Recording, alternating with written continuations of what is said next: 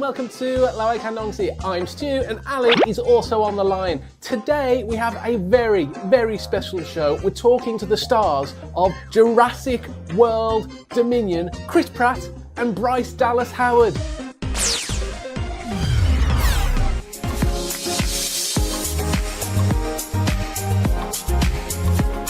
Oh, I'm so excited.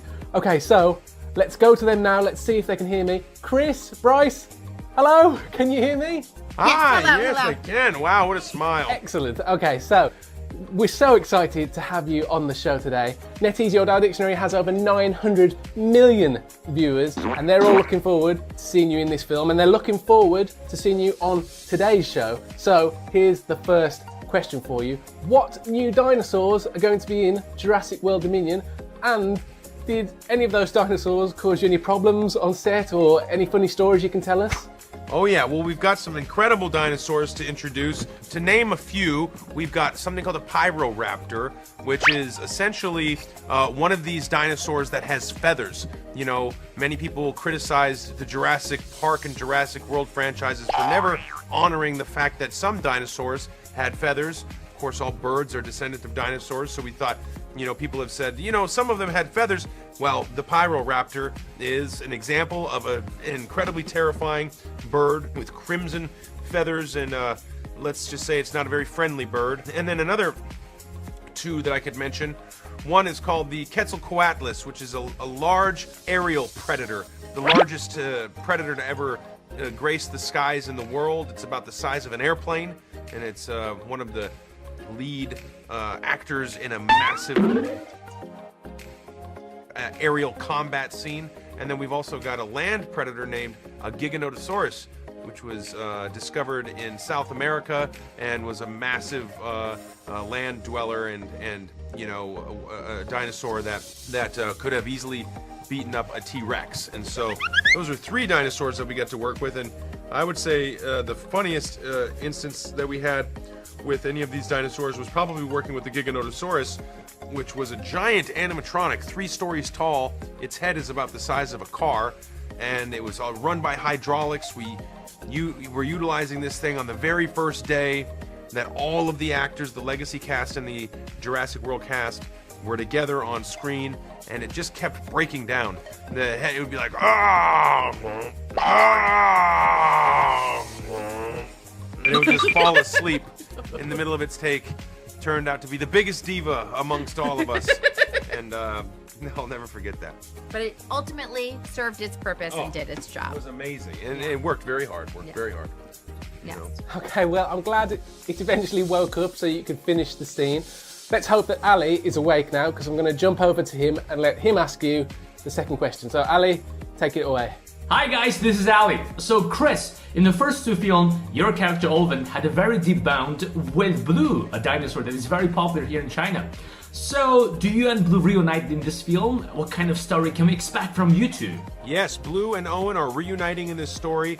This time, they both have children. Both are parents. And Blue has Blue's daughter, Beta. Beta is a small version, a clone of Blue. She's able to give birth in the wild because of some frog DNA that had been used to fill her entire genetic sequence. This, of course, allows her to reproduce asexually, and so she has an offspring. That offspring is taken, and because of that, she becomes incredibly hostile, and Owen and Claire are tasked with trying to help get her daughter back. That sounds incredible. I've got a question for Bryce now, though. Bryce, this movie has a ton of action, lots and lots of visual effects and lots of stunts. But how challenging is it actually making an action film like this? And how do you overcome those challenges? Well, whenever you're getting ready to do an action film, you want to be prepared for action. And it's not just doing it one take. You want to be able to have the endurance to do it again and again and again and again and again. And so preparing for the film so that we could do that, so we could take some hits and get some, you know, bumps and bruises and all of that and be okay, ultimately not get injured. That's the best way to prepare for one of these movies, honestly. In terms of the challenges of it, I would say that nothing was more challenging than the fact that we were shooting this early in the pandemic. And there was a lot of uncertainty for everyone, and many of us needed to leave our families for many months.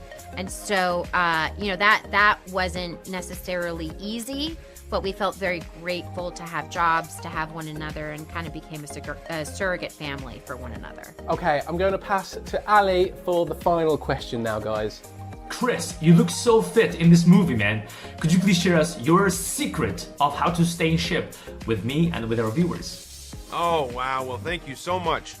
Well, it's a lot of hard work. You have to, the secret is really that it's not that much of a secret. It mostly just requires discipline, and one of the great secrets is that the longer you do it, the easier it becomes. You can develop momentum. I think our bodies tend to live by the physical rule of inertia, and if you can keep your body in motion, it's really hard to stop it. But most of us live in an inert state of not moving.